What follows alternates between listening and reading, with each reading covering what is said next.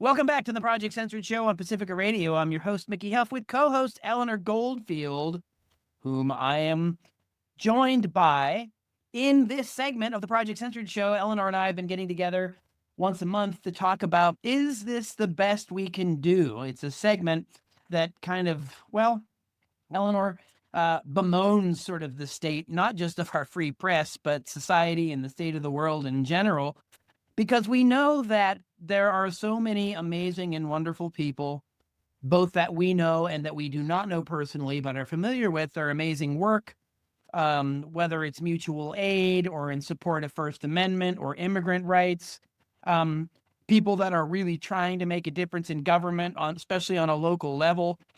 We know that we have people in our society that are very capable, very empathetic, and very willing to roll up their sleeves and do the hard work to make the world a better place.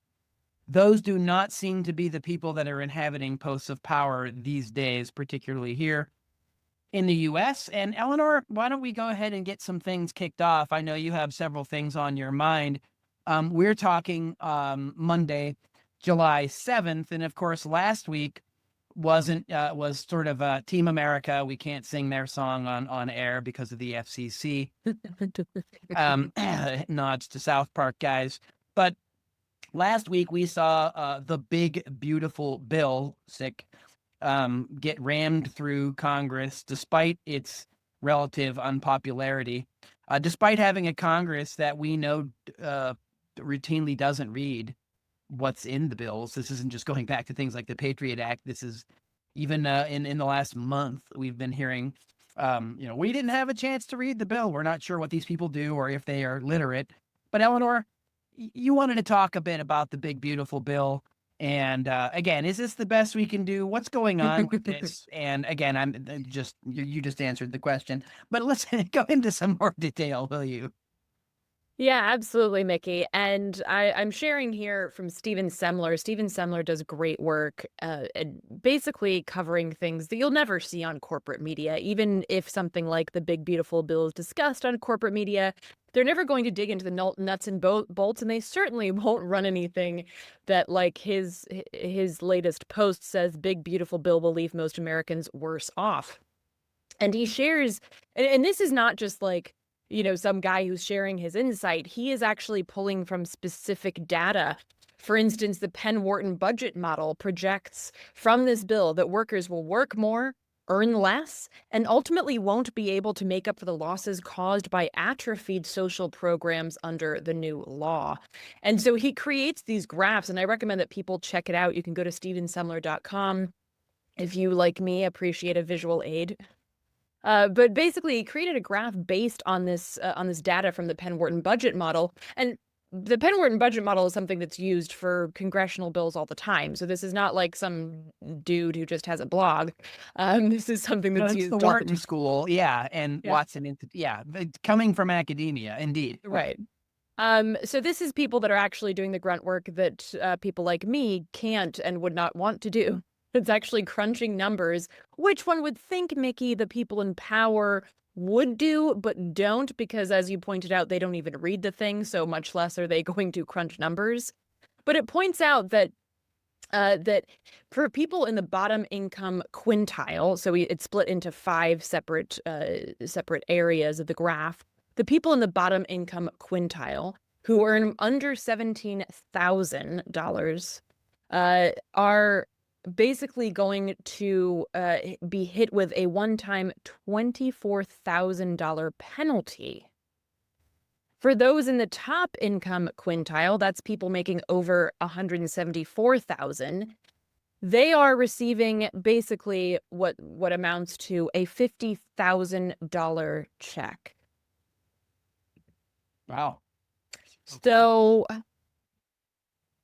I mean, this is, and you can see it basically because the graph shows, minus 24,000 for the people in the lowest quintile who make the least amount of money, and the top quintile. So basically, what this evens out to is it's a huge tax break for the rich, right? And this is a huge tax break for the rich, the likes of which we haven't seen, and that is going to add to the deficit to the tune of, wait for it, $3.4 trillion, which I don't even know amount of money. And here's a comparison for you. If folks will recall the America Rescue Plan, that's what they called it during COVID, to basically send out money to people and give people a very measly boost in times when people couldn't work or things like that.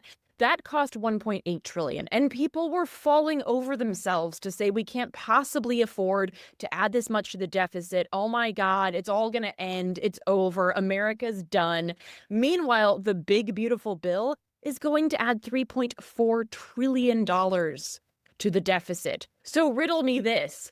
A quote unquote rescue plan that actually does something, even if it's measly, to address people's needs, versus a bill that is really just a beautiful handout to the richest people in the nation.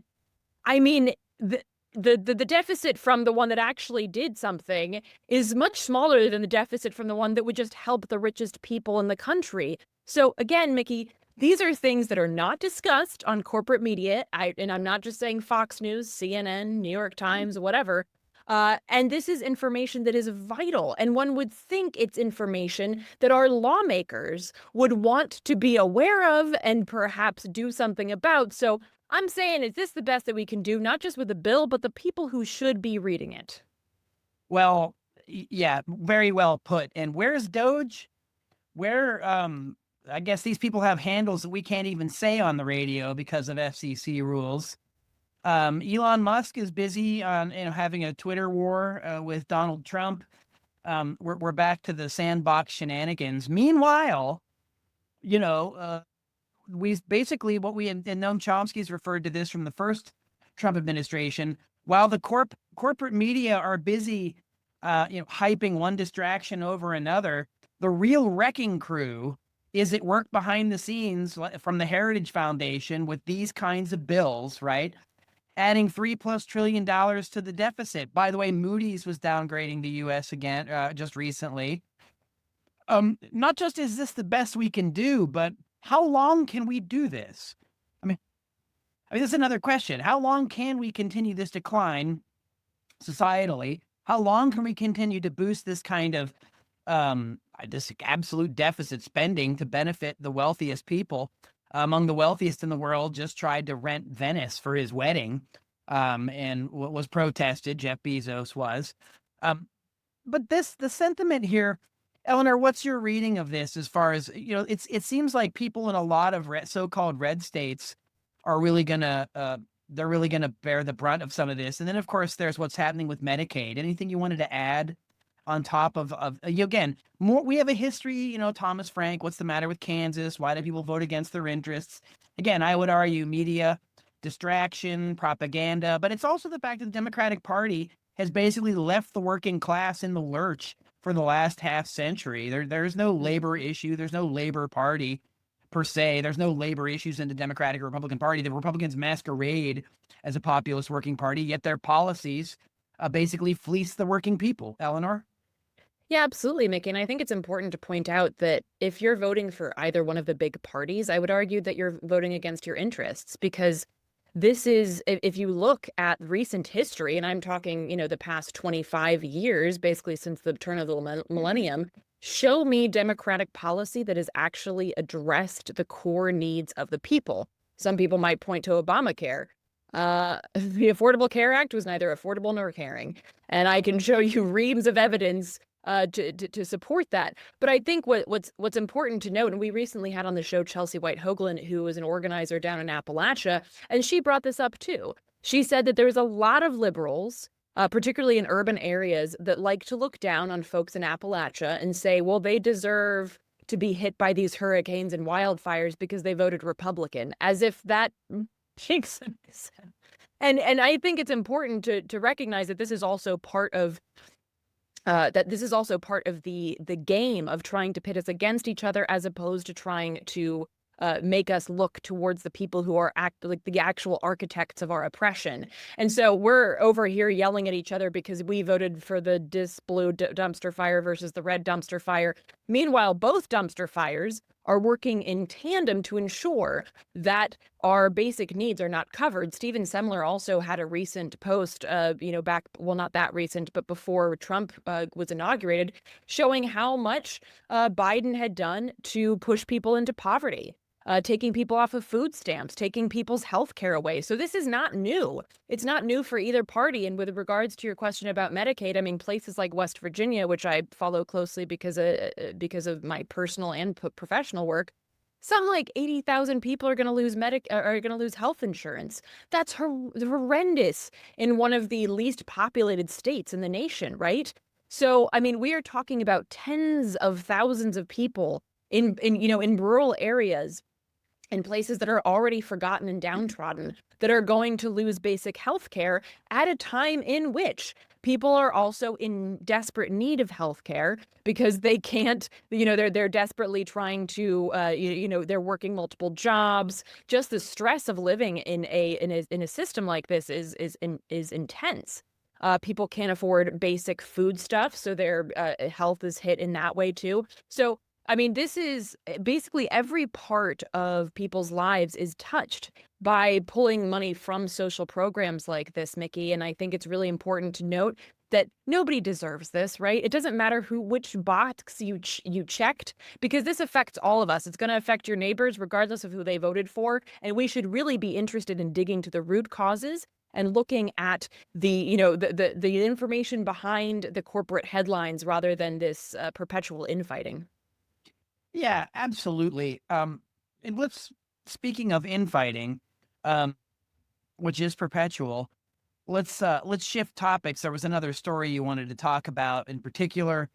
I mentioned the Heritage Foundation a little bit ago, of course, behind Project 2025, and a lot of what we're seeing in things like the Big Beautiful Bill and other Trump executive orders is all coming from this Nixon era right-wing think tank.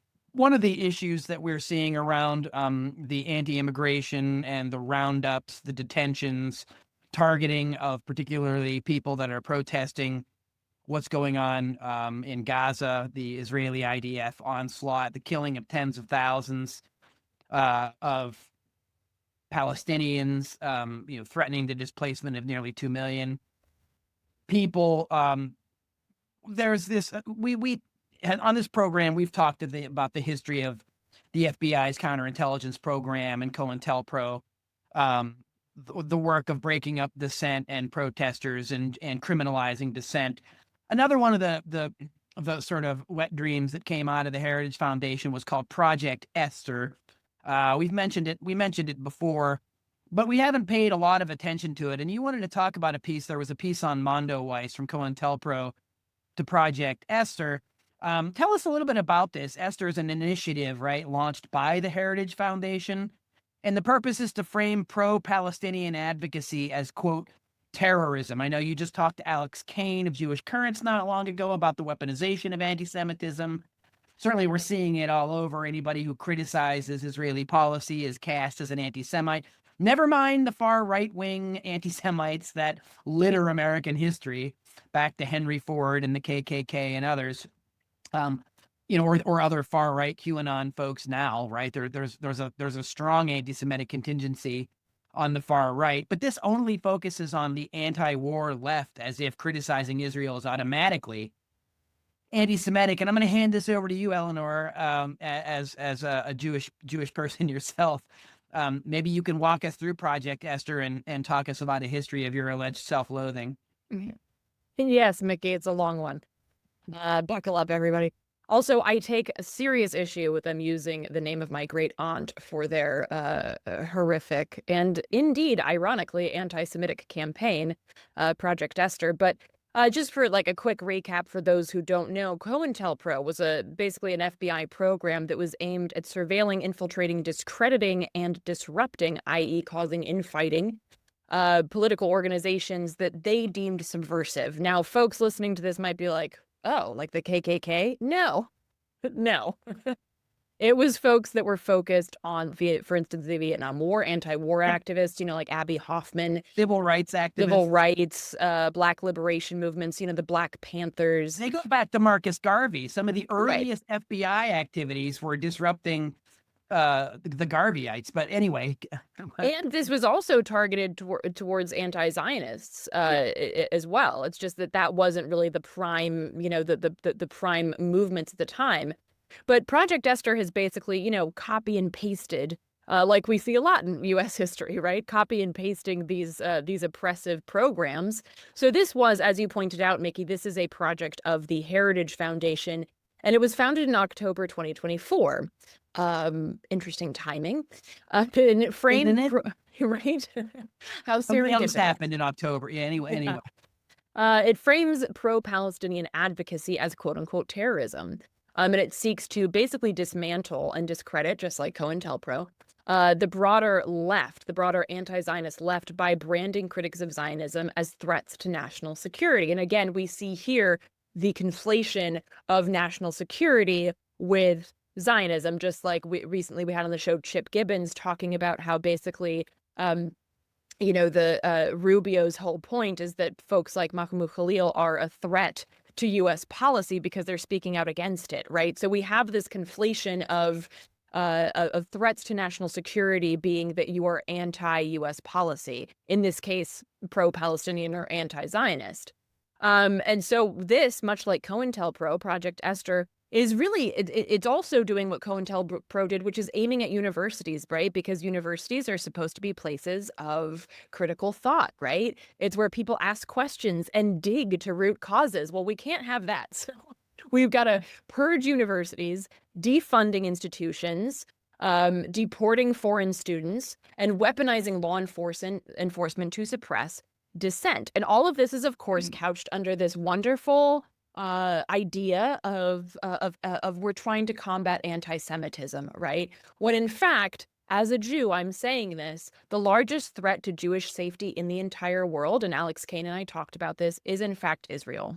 Israel is the largest threat to Jewish safety. Now, it's the largest threat to really everybody else's safety, particularly in the Middle East. Like Israel last year was the leading cause of death among children in the world. So I'm not trying to center Jewish safety, but I'm saying in the argument for anti-Semitism, if you really wanted to combat anti-Semitism, or I like to call it specifically anti-Jewish hate, then you should really look at Israel. Because as Alex Kane pointed out, every time Israel bombs Gaza or does something horrific, which is like every day, there is an uptick in violence against Jews worldwide. Because people are told, they're forced, they're programmed, right, by corporate media and by a lot of, celebrity culture, that Zionism and Judaism are the same thing. When in fact, as I've pointed out, Judaism is like a 6,000-year-old culture. Zionism is from the late 1800s. So it's kind of like saying that this iPhone is the history of human technological ability. It's ridiculous. It's dumb. So I just want to get that out of the way, but I think it's really important, and I'm not going to go through this whole article because it's a really, it's quite a long one, but it's a really historically contextual. So yeah, yes. People should check that out. The history is very important, but please continue. Yeah, it is very important. And I think I want to read a quote here because I think it's very important. The author writes, "This piece traces the through lines between then and now, not to flatten their differences, but to expose the structural consistency of U.S. counterinsurgency across decades and geographies, and to show how it is adapted to new legal regimes, digital technologies," which we've talked about on this show, "and ideological terrains. In doing so, it frames history not as a mirror, but as a weapon that reveals patterns, clarifies stakes, and help us chart a way through," end quote. And I love that, Mickey, and I'd like to hear your input as a historian as well. Because I think it's so important to look at historical context, again, not as a mirror, like, oh, it's exactly the same, but to understand the tactics. And so that we don't have to continuously learn these things for the first time, but we can say, aha, that's like COINTEL 2.0. And we don't have to just keep, being like surprised every time one of these is resurrected in a zombie way. Yeah, it reminds me of the Ani DeFranco song "Little Plastic Castles," where she talks about the goldfish swimming around the bowl, and the little plastic castle is a surprise every time, which is a knock against the memory of goldfish, purportedly. We'll have to put that aside so we don't get complaints about that. But yeah, we do live in this United States of amnesia, as we've riffed on before, Gore Vidal. Or is it COINTELPRO 3.0, 4.0, 5.0? I mean, again, we went back to Marcus Garvey. Here we still are. And not to pile on, but a lot of this is important to remember because in the last 24 years after 9/11, we saw a whole spate of new laws and rules and court rulings that really paved the way for where we're going. I'm only saying this because a couple of decades ago, I remember quite significantly, and like it was yesterday, that a number of us were decrying these things, saying, look, it's not just what they're saying it's going to be used for now. It's setting the stage for others to use it later however they want, to suppress dissent, to defile civil liberties, to round people up, deport people, control who comes into the country, a raft of draconian things that are absolutely anti-democratic and anti-intellectual. And here we are, right? We're at that time. And it's important, too, when we saw another thing that you and I have talked about, Eleanor, is the attempts to criminalize nonprofits and nonprofit reporting. And in fact, the Mondoweiss article reminds us of Holder versus the Humanitarian Law Project. I was not delighted to see it in there, but I was glad to see that they're riffing on these important milestones, as they were, sort of signposts. For people who don't remember that one, that criminalizes advocacy in coordination with any blacklisted groups. So if you have the State Department or what have you putting groups on anti-terror lists and you happen to say something that's not condemning them, it can be interpreted loosely that you see where we're going. And this is exactly what's been happening. This is exactly what we see happening now. The listeners of this program may know, I haven't made a secret of it, that I'm not a closet metalhead. I'm an old school shredder from the 80s and have a past life in specifically speed metal, thrash, neoclassical fusion, and fun stuff. And this weekend in Birmingham was a big celebration of the life of Ozzy Osbourne and Black Sabbath. And of course, the metal community often gets a bad rap. We think of things like Phil Anselmo from Pantera or other bands, and of course, it really doesn't do justice to the representation of a lot of the anti-war themes and pro-peace themes in metal that go back decades. Whether it's Peace Sells, but Who's Buying? For Megadeth, their anti-PMRC against censorship in the 80s with Dee Snider and Twisted Sister, and punks like Jello Biafra of the Dead Kennedys. But this in particular, over the weekend, Black Sabbath, known for one of their greatest songs, War Pigs, absolutely epic anti-war anthem, right? In a lot of ways riffing off of Bob Dylan's Masters of War that he did in 1963. And albeit Sabbath was a little later to the game, by 71, particularly with the U.S. and Vietnam. But there was great irony there and some interesting things that happened. Dave Draymond from the band Disturbed, obviously a disturbing individual. Last year, he created a stir because he was signing bombs, Israeli bombs that were going to kill Palestinians that had an expletive on them saying F Hamas, right? And he's caught in some grief in this. And the reason I'm mentioning it is that a lot of people don't associate the metal community with peace movements and anti-war movements, but there's a lot of anti-nuke sentiment and anti-war sentiment there. And I just wanted to point this out, that he was booed by 40-some thousand people in Birmingham. He wasn't, quote, booed off the stage, but it was actually quite heartening to see that there were a number of people that not only noticed who he was in a so-called supergroup doing cover songs, but there were people there who were politically astute enough to know why they should be booing him. Right. And so, again, this isn't like a Roger Waters conference or this isn't Kneecap. Right. But, Sabbath was a very anti-war group, and they don't often get a lot of credit for that. But I wanted to bring it up because, again, this guy has just gone completely off the rails on social media, misinterpreting, misrepresenting these kinds of issues, and has a pretty bombastic attitude about it. I was bringing it up related to your last remarks by saying that even in spaces where people may not suspect, there are a lot of folks that are aware that what's happening in the Middle East is wrong. What's happening in Palestine, as we see by many international NGOs, legal organizations, UN rapporteur, is a genocide. I mean, that's something that we see. And again, the Western press, even Haaretz in Israel, is writing more honestly and openly about what's happening in Gaza. Way more openly and honestly than the New York Times. And actually, yeah, it's kind of riveting. And The reason I'm saying that is because we just saw the Glastonbury thing, and the BBC's like, they're not going to live stream anything because someone might say the truth that they don't report on their own news. And now here, just again, we saw it again. It's like when you get a glimpse, an unfiltered, raw look at what's happening, in this case, in the artistic community and so on, there's a lot of voices speaking out that we don't get to hear or see this. These groups are either blacklisted, ostracized, or ignored, even though the evidence is kind of in your face, right? The Bob Villain character, whatever, that is now gone crazy viral, and they got booted from their management, booted from labels, whatever, but they're like up on the charts. Of course. I had not heard of him before this show. There you go. And I riffed on the PMRC before, so censorship backfires. And so this kind of behavior riffs out, right? So in other words, we're hearing the truth from often, well, what people would say are unlikely sources, right? But if you go back in history, it is often the artists that are warning us. They're the canaries in the coal mine. It's the comedians, right? Earlier in the segment when I was talking to Jeff Cohen, he mentioned investigative comedy. Well, again, I didn't get a chance to insert it in our conversation. We were riffing on Lenny Bruce and George Carlin and Bill Hicks and others, but of course, Lee Camp comes to mind, right? Lee was on the show not long ago as investigative comedy, where the court jesters can tell the truth, right? And on the news, they have to tell the lies, because it's when you tell the truth, you have to nervously laugh and hope somebody believes you. Whereas when you're on the news and you lie, it's no laughing matter, but they're not there for laughs anyway. Eleanor. Well, yeah, Mickey, as Lee put it, get your news from comedians and get your comedy from news shows. I mean, it's dark days, but that is the reality. And I think, to your point, this whole, Disturbed, which it seems a very apt name for the band now, but it also speaks to the point that we talked about the last time you and I had a segment, which is celebrities are wrong about a lot of things.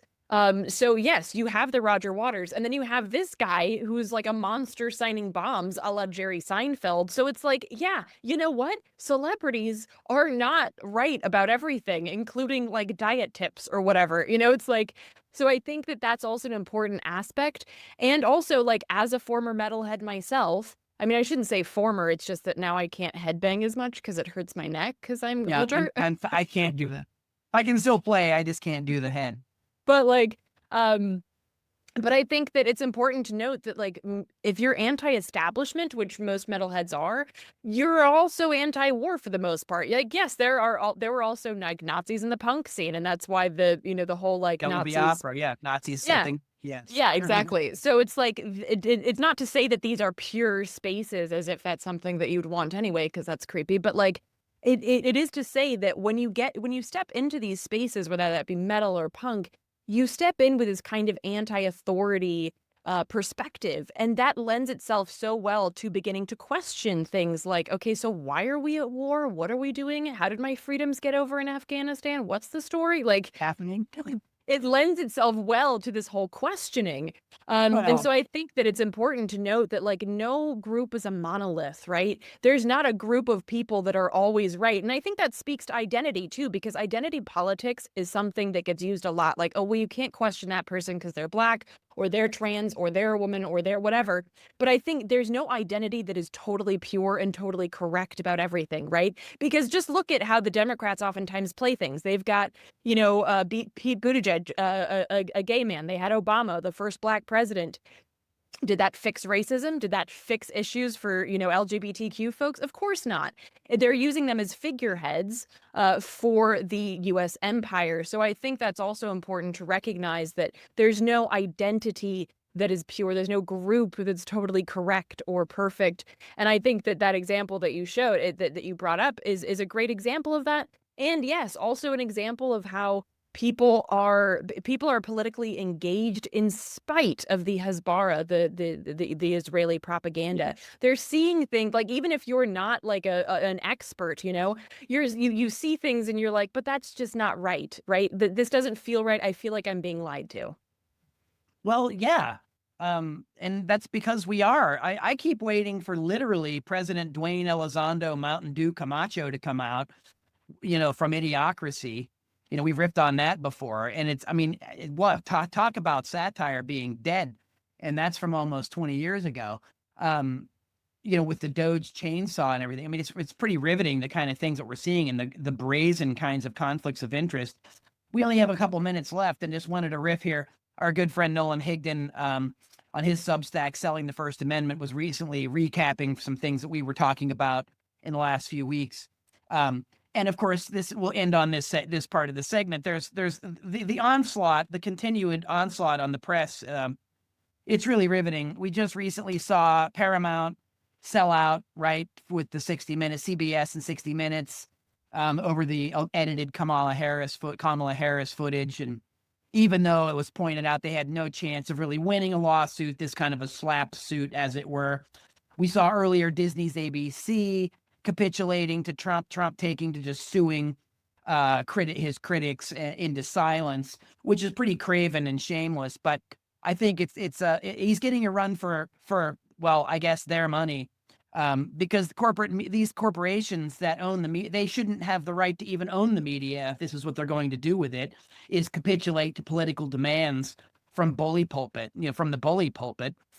Several people at CBS resigned, even Dan Rather, who was a total sellout himself after 9/11 until he reinvented himself as a darling of the media reform movement. I mean, kudos to him for turning around and seeing that he had a chance to do better, and he has since done a lot around media democracy now in his 90s. But your 2 cents on what we're seeing here, just a more rapid onslaught against even corporate media, not just the independent press, right? But even corporate media. Trump is even going after the corporate media, which often, for the most part, I guess we're being told that our time is up. For the most part, what we're learning is that even the corporate media and their rampant propaganda campaigns, it's not enough. They don't get a pass, right? He has to go after them for not being 110% lock, stock, and barrel. What do you make of this? Is an interesting development because, again, we're used to criticizing corporate media, right? And here we sometimes find ourselves in a curious position of abstractly defending the First Amendment, but specifically because of the attacks against what's happening to legacy media because of their corporate ownership. Eleanor.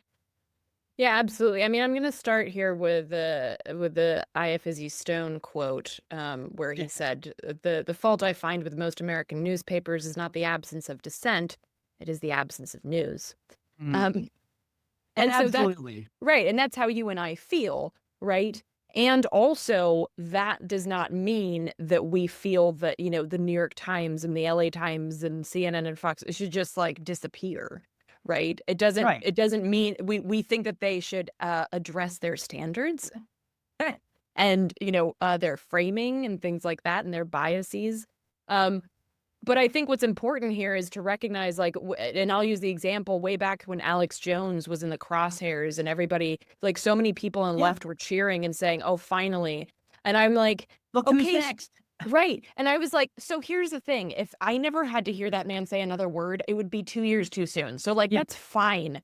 But I don't want to be a part of a world that shuts him down and shuts him up and says that, okay, on to the next one. Because guess who else is on that list? They trial ballooned it. And then within a week, Twitter, X now, they deplatformed 800 left progressive groups after they saw that people cheated it on.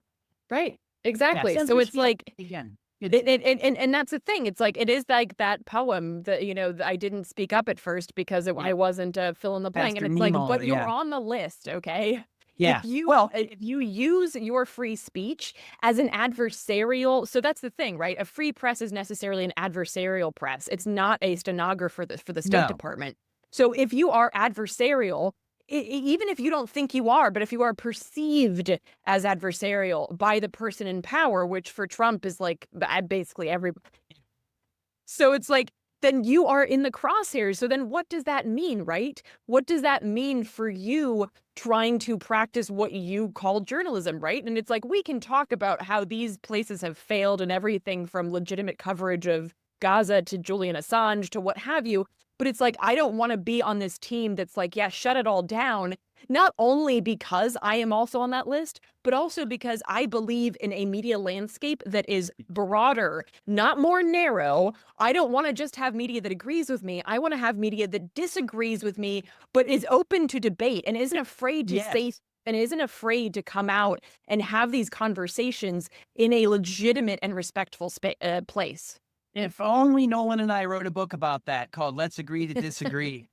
Anyway, yes, we need a more critically media literate public that is meaningfully civically engaged, and we need a free press that models that kind of behavior, not the kind of UFC wrestling that Trump wants to have on the White House lawn next year to celebrate the 250th anniversary of Idiocracy. I mean, the United States. So anyway, Eleanor, we're out of time. I do mean that literally since the show. And it sounds metaphorically like we are on borrowed time for so many reasons, but we really need to stand up against the things that are happening, and we need to have and exemplify the adversarial nature of a truly free and independent press. And that's certainly what we try to do here on the Project Censored Show. So I'd like to thank you, Eleanor, once again for joining me in this segment, Is This the Best We Can Do? And thanks to all of our listeners and viewers. And anything else you'd like to add, Eleanor, here at the tail end? Maybe people can find your work or other things you'd like to share. Yeah, I would just like to say one thing with regards to this, the best we can do and turning that inwards. We can do better than doing their work for them. Let's get out of the circular firing squads, y'all. Let's work together to seek justice and build a better future. And I'm not saying that as a trite kind of kumbaya. It's hard and dirty work, but we can do better than doing the work of the architects of our oppression for them. So let's get to work. And folks can follow me at Radical Eleanor and check out my work at artkillingapathy.com. And as always, Mickey, it's been healing to hang out with you. It's good to kvetch. It's good to get it off the Indeed, it is. And until next time, Eleanor, when we'll have plenty to kvetch about.